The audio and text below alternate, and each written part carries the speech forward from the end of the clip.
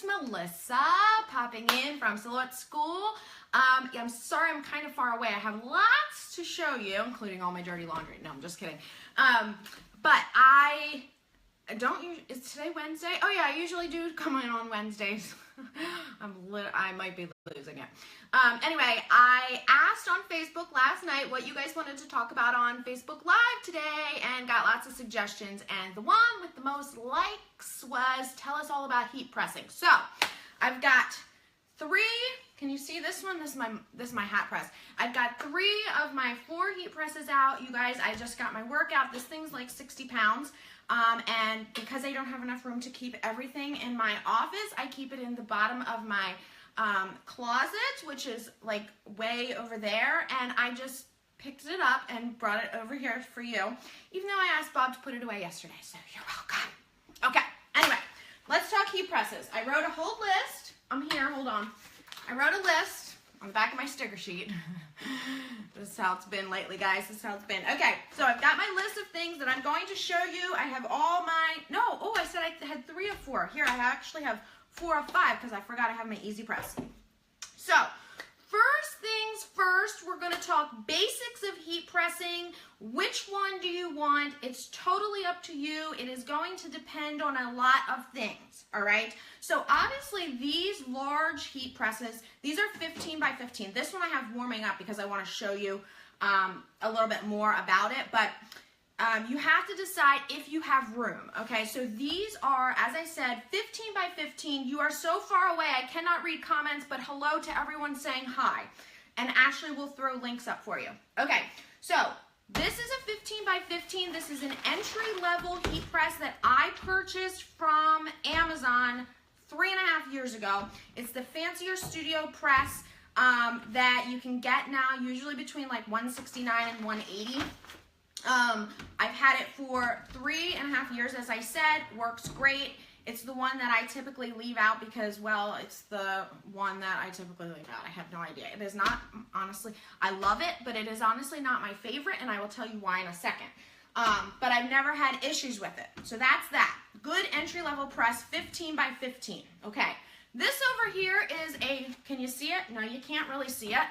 Well, I can't scoot it any closer either, but just trust me. That's my hat press. Can you see that? Hat press. And, oh, Ashley just texted me something about, I don't know what, but anyway, maybe she's having a problem. This is a hat press. It's a specialty press, okay? This is a Trans Pro. It's from Pro World, okay? So if you're looking for a hat press and you do hats routinely, I would recommend a hat press. You can get away with doing hats on these, but not if you're doing a lot of them. Okay, then I have this 15 by 15, which is from Heat Press Nation. It is definitely a higher end press. This one's runs about 400, 420, but you get all the bells and whistles, and I'm going to show you that in a few minutes. It has, for instance, a pull-out drawer, so you're not accidentally hitting yourself. It has auto open, so you're not popping yourself off the floor when the timer goes up. It's got all kinds of cool things, but it comes with a little bit of a higher price tag and a whole lot of awesome customer service, which you won't get with the Amazon press. Okay, and then if you don't have room for any of these, the Cricut Easy Press, again, not plugged in, don't worry. The Cricut Easy Press is decent. No, not decent. I shouldn't say that. The Cricut Easy Press is a very good option if you do not have room for a 15 by 15 press. This is 9 by 9. And I have a whole review of it on the blog. I purchased this myself. I spent way more money than I probably would have liked on this. That's my biggest gripe about the Cricut Easy Press, is that I think the price is way higher than it needs to be. However, you can stick it in a drawer and it's not taking up any room, and that's the attraction for a lot of people. It's obviously portable if you want to do HTV, at a craft fair or something like that. Okay, gotcha. Gotcha, she's warmed up. Okay, got ya. Yep, you're good. We got ya. Shh. Okay, she's talking to me. Chirping, I may need to unplug her. Oh my gosh, okay. Okay, stop. Okay. We'll just end that right there. Okay, yeah, that's fine. Okay, anyway, so if you want to take her to a heat craft fair, this is a good one. Or if you like to go camping or you craft on your dining room table and you need to put this in your china hutch when you're done. Okay, all right. You guys. Okay, so now that we got that out of the way, a couple tips for heat pressing. And I have a whole bunch of things here that I have heat pressed that I'm going to show you. So first things first, when you are heat pressing, you want to do a pre-press, okay? And a pre-press gets any moisture out of your garment, whatever. I'm going to say shirt, but just know you can press onto canvas bags, you can press onto wood, you can press onto shirts, you can press onto pants, whatever. I'm just going to say shirts because it's easier. So you want to do a pre-press, all right? So a good like 15 seconds is all you need. And you'll usually notice that after you do a pre-press, you get like some moisture looking stuff on your press, right? Okay, so that's important. Now, if you want to find the center of your design very, very quickly, fold your shirt in half, like so. Make sure it's all lined up, all right? And then do another press, okay? You will end up with a center line down the middle that you can use as a guideline for where the center of your design is. And then you are going to take your design, which this is a sub tip. If you cut a whole lot of stuff and you're not pressing it right away, put it in a binder that has these clear sleeves. Don't put it in the sleeve, just press it onto the sleeve, and then you have your design ready to go. This is from the new website, So Fancy, the design, by the way. All right, so anyway, so back to our trick on finding the center. You are then going to press or fold slightly your design in half. Don't fold the sticky halves together. Fold the other halves together, okay? So then, I'm gonna put this down. Then you have found the center of both your design and your shirt, and you line up those two creases, and voila, you have found the center of your design. Now, you are now ready to press, which I am not ready to press because this is not fully heated up. But if you were ready to press, you are going to place this item onto your heat press. The problem is, especially with things like these baby outfits, I'm not allowed to say that O word, but anyway, well, I guess I am, but whatever. Anyway, what you want to do is make sure that you're using pressing pillows, okay? So what this does is it bulks up the area, lifts up the area where you are going to be pressing. And the reason, I'm getting all washed out, I think it's because of that.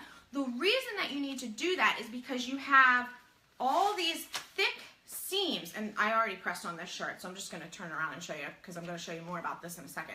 But if you try to press without using a pressing pillow, these bulky seams up here are not going to allow you to get a full pressure press on there, and therefore your HTV will not stick as well as it needs to. Okay, so you place the pressing pillow underneath your design, underneath where your HTV is going to go, let that bulky stuff hang off, and then press, okay?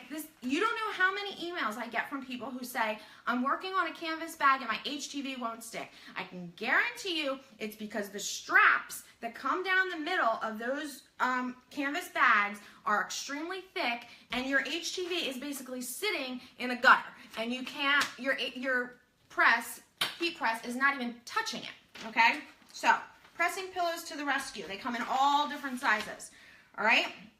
What else is on my list? Okay, if you're wondering, how long do I press this?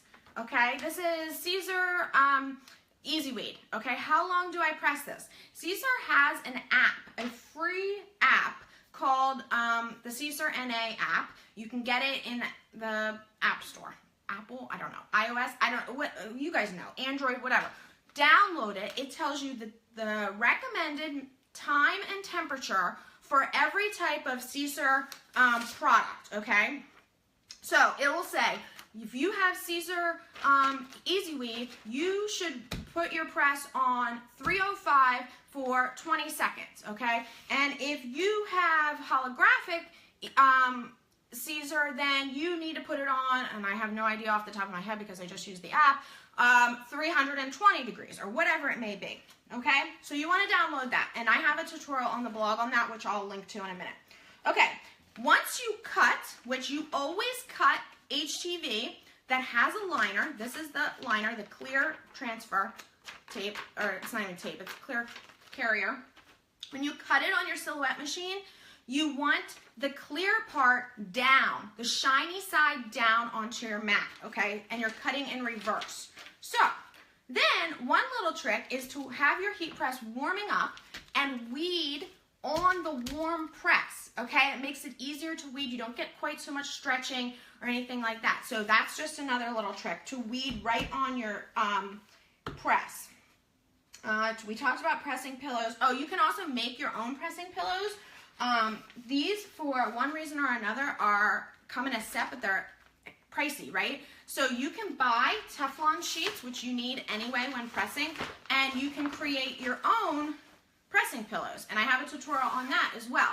So you can make different sizes. You just want to get the high density foam to put inside, three little sewing straight lines around. I'm not a sewer.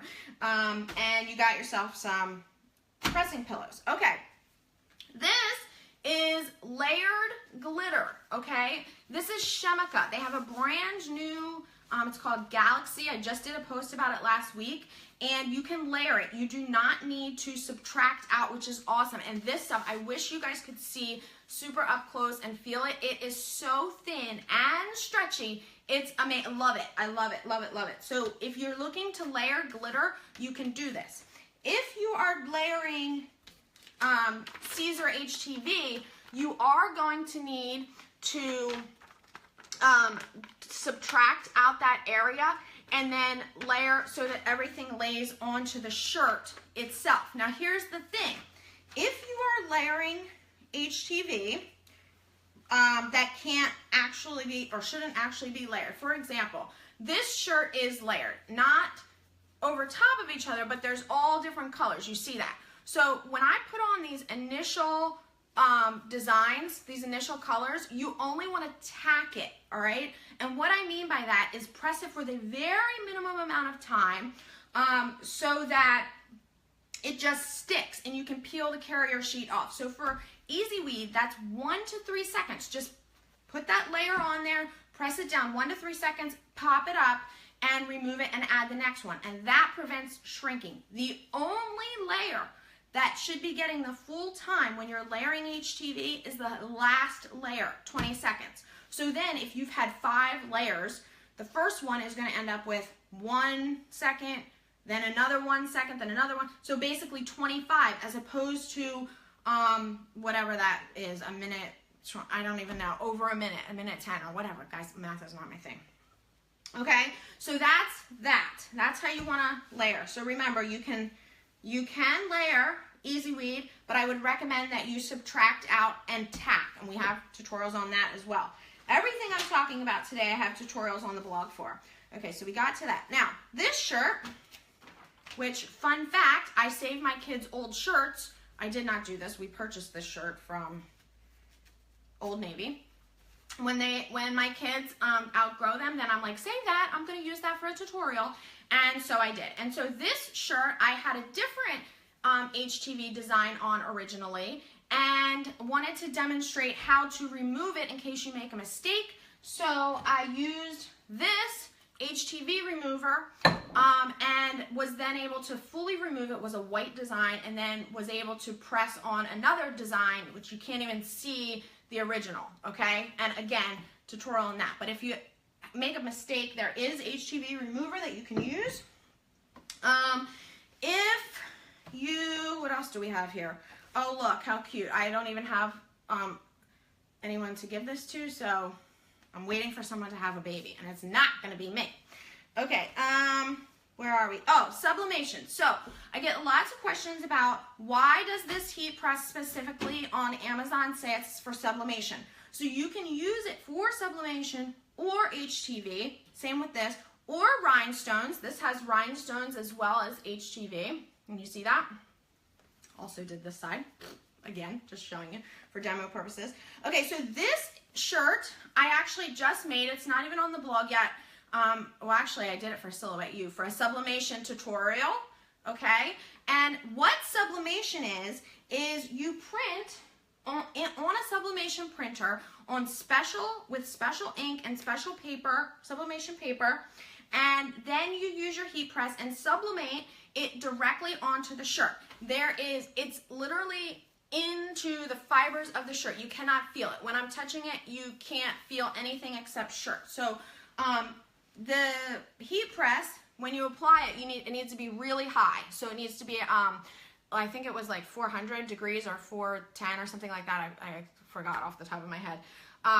But you need to press that for a full minute, and the heat releases gases in the ink and it goes into the shirt, and it's way over my head, but all I know is that the sublimation works really, really well. You need to have sublimation blanks. So this shirt has to have polyester in it in order for it to sublimate on. Doesn't have to be full polyester. This one's 50%, a 50% poly blend with, I don't know, cotton and whatever. Anyway, so that's that. And finally, this is going on way longer than I thought. Hopefully it's useful. What was my final thing? Oh, if you have a design that is a lot of colors, like this, I have a couple things here, again, like demo purposes, but some of these things are way too intricate to cut on HTV. You can print on printable heat transfer, and then again, use your press for that. Okay, so all different types of things. And then one question that I get all the time, all the time is, I bought my heat press and the mat isn't staying down, and that's actually the way it is supposed to be, okay? So you can buy replacement mats. You don't need to do that. Now the color's all off again, sorry. It's not weight balancing, but this, as I said, is an heat press, nation press, and it comes with this cotton-like cover. But they actually don't put their they actually don't glue their the silicone mat down at all, because when and if you ever need to replace this, it's much easier. You're not worrying about the glue. Okay, so again, as I said, this one has that pull-out tray. Since it's not on, I can't. It auto opens when the timer goes off. So if you have it set to 20 seconds, when 20 seconds goes off, it automatically pops up, as you can see. This one, again, great entry-level press, but I have to put some oomph into it, and actually not much today because I didn't have anything in there. If I have a shirt in there, and then when the timer is up, I have to do that. So, now I'm going to spend the rest of the day cleaning up this giant mess that I just made and probably answering all of your lovely questions, okay? All right, so if you have any other questions, feel free to ask them. I'll go back through. Ashley will go back through. We'll try to answer as many as we can.